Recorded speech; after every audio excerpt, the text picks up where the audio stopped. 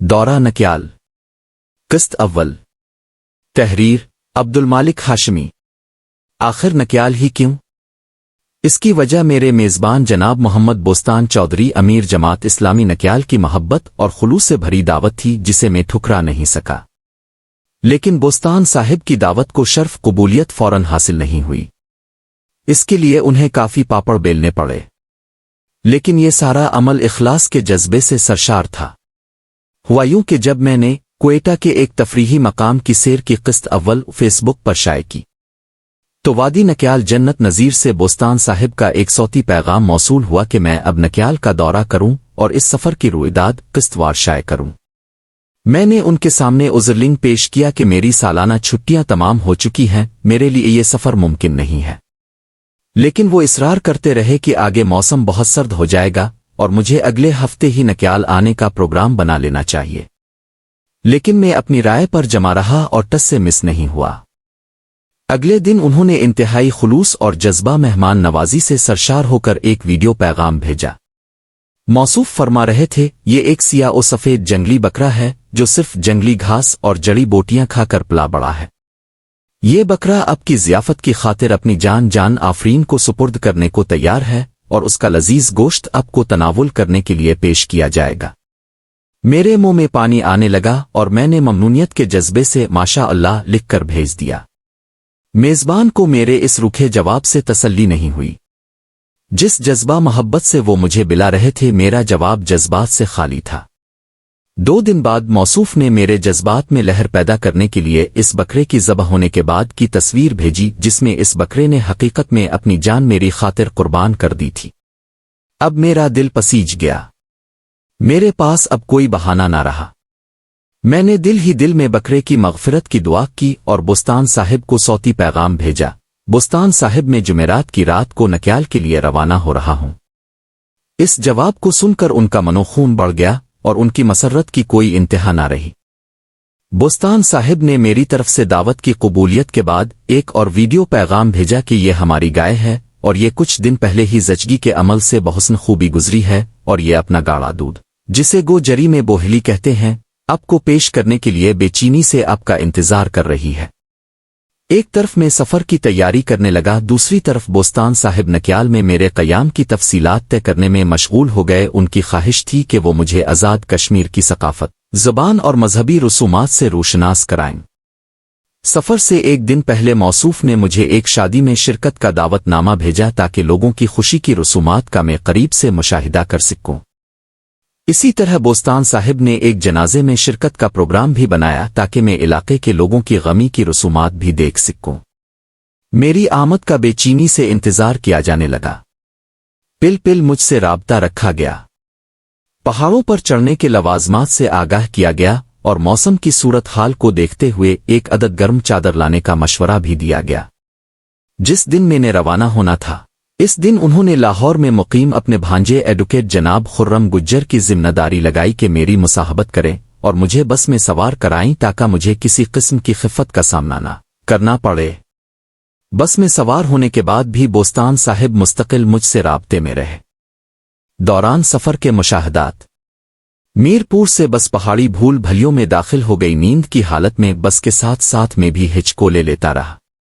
جھولا جھلتی ہماری یہ بس تہجد کے وقت کوٹلی پہنچ گئی، یہاں بس 1 گھنٹے کے لیے رکی۔ سامنے ایک چائے خانہ تھا، 1 کپ گرما گرم چائے نوش کی، کچھ تھکاوٹ دور ہوئی۔ بس سے کارٹن در کارٹن سبزیوں اور پھلوں کے اتارے جانے لگے۔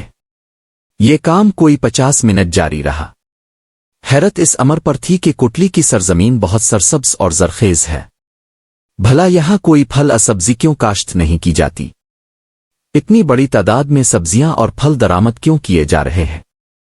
اس کا تشفی بخش جواب گوگل چچا نے دے دیا کہ 2023 کے اعداد و شمار کے مطابق آزاد کشمیر کی کل آبادی اندازاً 45 لاکھ نفوس پر مشتمل ہے، جس میں سے 20 لاکھ افراد سے باہر مقیم ہیں۔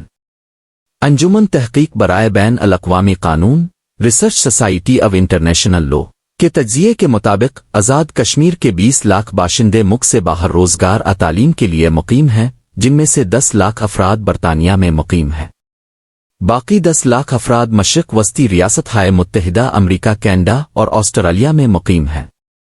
ہر گھر سے تقریباً 2-3 افراد ملک سے باہر ہیں۔ ہر گھر میں غیر ملکی زر مبادلہ آ رہا ہے۔ یہی وجہ ہے کہ لوگوں نے کھیتی باڑی اور علاقائی صنعت و حرفت میں دلچسپی لینا چھوڑ دی ہے، اب وہ ڈالروں اور ریالوں پر پل رہے ہیں۔ معاشی خوشحالی ہے، اس لیے سبزیاں اور پھل لاہور اور گجرانوالہ سے پورے آزاد کشمیر میں آتی ہے۔ اس ہجرت کا ایک غمگین پہلو یہ بھی ہے کہ بہت سے مکان اپنے مکینوں سے خالی ہیں۔ ان کے مکین دیار غیر کی پر تعیش زندگی چھوڑ کر وادی کشمیر جنت نظیر میں واپس نہیں آنا چاہتے، کیونکہ زندگی کی جو سہولیات وہاں میسر ہیں وہ ان کی وادی میں ناپید ہے۔ رات کے اندھیرے میں کچھ تفریحی مقامات بھی گزرے جن کا میں مشاہدہ نہیں کر سکا۔ ان مقامات میں کوٹلی کا ویو پوائنٹ، ساردہ اور نکیال کا ویو پوائنٹ، ٹوپیاں شامل ہیں۔ یہ دونوں مقام بہت بلندی پر بنائے گئے ہیں، جہاں سے پورے کوٹلی شہر اور نکیال کی خوبصورت وادی کا نظارہ کیا جا سکتا ہے۔ ان مقامات پر اگر چیئر لفٹ لگا دی جائے تو ان مقامات کی اہمیت میں کئی گنا اضافہ ہو سکتا ہے اور سیاحت کو فروغ بھی حاصل ہوگا۔ فجر کے بعد بس نکیال کے قدرتی جنگلات میں داخل ہو گئی۔ پوپھت چکی تھی اور سڑک کے ساتھ ساتھ قداور چیڑ کے درخت استقامت سے کھڑے دکھائی دے رہے تھے اور منظر بہت دلکش ہو گیا تھا۔ ہر درخت اپنی داستان زیست سنا رہا تھا۔ پرندے اپنی داستان چہچہا کر سنا رہے تھے۔ ہوا بہت سرد ہو چکی تھی۔ مجھے چادر اوڑھنا پڑی۔ کچھ دیر بعد سورج کی کرنیں بس کے شیشے سے اندر داخل ہونے لگیں اور ہم نکیال شہر پہنچ گئے۔ میرے میزبان بوستان صاحب پورے راستے میری خبرگیری کرتے رہے۔ بوستان صاحب کا تعارف۔ بوستان صاحب سے میری یاد اللہ بہت پرانی ہے۔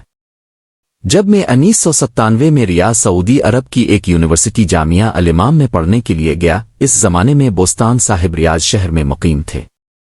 ان سے کبھی کبھار ملاقات رہتی تھی۔ 2005 میں فارغ التحصیل ہو کر پاکستان آ گیا اور ان سے رابطہ ٹوٹ گیا۔ چند برس پہلے یونیورسٹی کے ایک سینئر ساتھی طاہر صدیق بھائی کے توسط سے بوستان صاحب سے رابطہ بحال ہو گیا۔ چوہدری صاحب ویسے تو بہت سی نادر خصوصیات کا مرقع ہے، جن میں چند جھلکیاں میں یہاں پیش کرنا چاہتا ہوں۔ بوستان صاحب میانہ قد، کامنی بدن، گوری رنگت، انگریزوں کی طرح سرخ و سفید نہیں بلکہ ہسپانویوں کی طرح ایک زیتونی جھلک لیے ہوئے، پیشانی کشادہ جس سے دماغ کی وسعت اور فراخی ظاہر ہوتی ہے، آنکھیں روشن اور چمکدار جن سے سنجیدگی ٹپکتی ہے، ادھیڑ عمر خضاب لگی سیاہ داڑھی اور مونچھیں، آواز میں لطافت و شیرینی ان کی شخصیت کا خاصہ ہے۔ چہرے سے متانت اور سنجیدگی حویدہ ہے، مگر ساتھ خوش خلق اور ہنس مکھ بھی ضرور ہے۔ خوب گہری گہری جٹی بھویں ہیں۔ پہاڑی راستوں پر چلنے کی وجہ سے ان کی چال میں ایک تیزی تھی۔ بوستان صاحب عموماً سفید شلوار قمیض اور سیاہ صدری پہنتے ہیں۔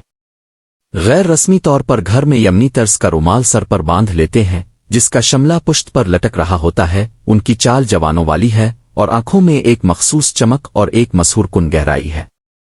ان کے چہرے پر عموماً بشاشت رہتی ہے، لیکن میں نے غمی کے موقعوں پر ان کے چہرے پر افسردگی کی رمق بھی دیکھی ہے۔ بوستان صاحب میں صفت مہمان نوازی بدرجہ اتم پائی جاتی ہے، ہر شخص کا اندازہ اس کے دوستوں سے کیا جا سکتا ہے۔ بوستان صاحب کا حلقہ احباب بہت وسیع ہے۔ اس کا اندازہ میں نے لاہور میں ان کی بیٹی کے ولیمے میں شرکت کر کے کیا۔ مختلف شعبہ ہائے زندگی سے تعلق رکھنے والے افراد اس ولیمے میں مدعو تھے، اور یہی وجہ ہے کہ ان کا دسترخوان بھی بہت کشادہ ہوتا ہے۔ اس دسترخوان پر میری طرح عام شخص بھی اپنی جگہ پاتا ہے، اور پاکستان ٹی وی اور شو بز کی مشہور شخصیات، تجار اور مشائخ بھی تشریف فرما ہوتے ہیں۔ ان کے گھر کے دسترخوان کی خاص بات یہ ہے کہ ان کے دسترخوان میں سادگی ہوتی ہے، مگر سارے پکوان خالص دیسی سوغاتوں پر مشتمل ہوتے ہیں۔ وہ کھانا مٹی کی دیگچی میں پکاتے ہیں، سلور کی پلیٹوں میں کھانا پیش کیا جاتا ہے اور تانبے کے گلاسوں میں پانی دیا جاتا ہے۔ جب نوکر میں کھانا دسترخوان پر چن لیتے ہیں تو وہ خود اٹھ کر اپنے مہمانوں کی پلیٹوں میں کھانا انڈیلتے ہیں۔ ان کے ہاں مہمانوں کا تانتا بندھا رہتا ہے، وہ ہر آنے والے سے خندہ پیشانی سے پیش آتے ہیں۔ تقریر کرنا ان کے لیے انتہائی آسان ہے۔ جس طرح آبشار کے لیے بہنا بے تکان اور بے تکلف ہوتا ہے، ویسے ہی چودھری صاحب کے کلام میں روانی ہے، ان کی آواز میں کرارا پن اور ایک خاص مٹھاس ہے۔ ان کی بات کانوں کو بھلی لگتی ہے اور دل میں جگہ کر جاتی ہے۔ وہ ہر عمر کے لوگوں میں یکساں ہر دل عزیز ہیں، کیونکہ وہ سب کے کام آتے ہیں۔ لیکن ان کی ایک مخصوص صفت جس میں ان کی ہر دل عزیزی کا راز پنہا ہے وہ ان کے دل و نظر کی وسعت ہے۔ حق انسانی کی مختلف کیفیتیں رنج و نشاط، خوش دلی اور ذرافت، محبت اور دوستی ان کے لیے انتہائی کشش رکھتی ہے۔ ان کے دل میں دوسروں کے رنج اور راحت کے لیے جگہ ہے۔ وہ ان کی خوشی کو اپنی خوشی اور ان کے غم کو اپنا غم سمجھتے ہیں۔ وہ متحرک سیاسی کارکن ہیں۔ جماعت اسلامی آزاد کشمیر کی طرف سے ان پر تحصیل نکیال کی امارت کی ذمہ داری سونپی گئی ہے۔ وہ ہمہ وقت اس کام میں اپنے آپ کو کھپاتے ہیں۔ ایک اندازے کے مطابق پورے آزاد کشمیر میں ممبر سازی مہم میں ان کی کارکردگی سب سے بہتر ہے۔ وہ سوشل میڈیا پر بھی سرگرم دکھائی دیتے ہیں۔ ان کی آرا کو ہزاروں لوگ سوشل میڈیا پر پڑھتے ہیں اور سنتے ہیں۔ البتہ وہ لکھنے کے شہسوار نہیں ہیں، وہ ایک سرگرم سماجی کارکن بھی ہیں۔ ان کی ذاتی ایمبولینس دن بھر نکیال کے ہسپتال کے باہر لوگوں کی امداد کے لیے کھڑی رہتی ہے۔ وہ باقاعدگی کے ساتھ لوگوں کے مسائل کے حل میں دلچسپی لیتے ہیں۔ وہ علاقائی جرگوں میں خاندانی جھگڑوں کا تصفیہ کرواتے ہیں۔ اصول پرستی ان کے قطب نما کا شمال ہے۔ جہاں بات اصول پرستی کی ہو وہاں اپنے موقف میں لچک نہیں پیدا کرتے۔ ایک موقع پر جس کا راقم الحروف بھی بالواسطہ طور پر شاہد ہے، انہوں نے علاقے کے کچھ لوگوں کے سامنے ایک مسئلے میں اپنا اصولی موقف رکھا اور اس پر ڈٹ گئے، یہاں تک کہ ان کی اصولی موقف کے مطابق اس جھگڑے کا تصفیہ کر دیا گیا۔ اب نوجوانوں کے ساتھ بہت شفیق ہیں، انہیں اپنے عزیزوں سے زیادہ عزیز جانتے ہیں، ان کی تربیت پر بہت توجہ دیتے ہیں۔ بوستان صاحب نوجوانوں کے ساتھ نوجوان بن جاتے ہیں۔ دورہ نکیال میں میں نے ان کی اس صفت عالی کا بچشم خود مشاہدہ کیا۔ وہ ان نوجوانوں سے بعض ضروری امور میں مشورہ بھی کرتے ہیں اور اپنے اہم کام انہیں سونپ دیتے ہیں۔ ان کی شخصیت میں ایک بے نام کشش ہے جو خردوں یعنی نوجوانوں کو اپنی طرف کھینچتی ہے۔ ایک ہی ملاقات کا نقش اس قدر گہرا ہوتا ہے کہ ان کے لیے اسے بھلانا ناممکن ہوتا ہے۔ جن لوگوں کو ان کی ملاقات اور دوستی کی نعمت میسر نہیں ہوئی، انہیں شاید میرے الفاظ میں مبالغے کی جھلک نظر آئے۔ دن بھر کی مصروفیت کے بعد جب وہ گھر میں داخل ہوتے ہیں تو سب سے پہلے اپنے والد ماجد کی خدمت میں سلام عرض کرتے ہیں، انہیں دن بھر کی کارگزاری سناتے ہیں، ان کی دعائیں سمیٹتے ہیں۔ والد صاحب انہیں تقسیم سے پہلے کے قصے سنایا کرتے ہیں کہ کس طرح وہ تقسیم سے پہلے ترکنڈی عدالت اور کچہری کے سلسلے میں بکثرت جایا کرتے تھے۔ آج ترکنڈی کا قصبہ آزاد کشمیر اور مقبوضہ کشمیر میں منقسم ہے۔ ان کے والد ماضی کے دریچوں سے قصے سناتے سناتے کبھی کبھار افسردہ ہو جاتے ہیں۔ ان کے بہت سے عزیز رشتہ دار مقبوضہ کشمیر کے ترکنڈی میں مقیم ہیں، جن سے ملنے کی آج کوئی سبیل نہیں ہے۔ نکیال آمد اور پر عقیدت استقبال۔ بس کا آخری سٹاپ پوٹھی نامی ایک قصبہ تھا، لیکن چونکہ بس تاخیر سے نکیال پہنچی تھی اس لیے بوستان صاحب اپنی موٹر کار میں مجھے لینے کے لیے آ گئے اور راستے ہی میں بس کو رکوا کر میرا والہانہ استقبال کیا۔ جیسے ہی میں بس سے اترا انہوں نے انتہائی عقیدت و احترام سے میری پیشانی کا بوسہ لیا۔ یہ طریقہ عقیدت سعودی طلبہ میں اپنے مشائخ کے لیے پایا جاتا ہے، لیکن میں علم میں اس مقام پر نہیں ہوں جس پر میرے سعودی اساتذہ تھے۔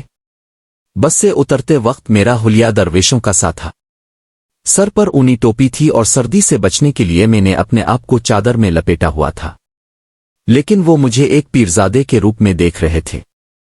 وہ کبھی مجھے مولانا کہہ کر پکارتے اور کبھی مجھے پیر صاحب کہہ کر مخاطب کرتے۔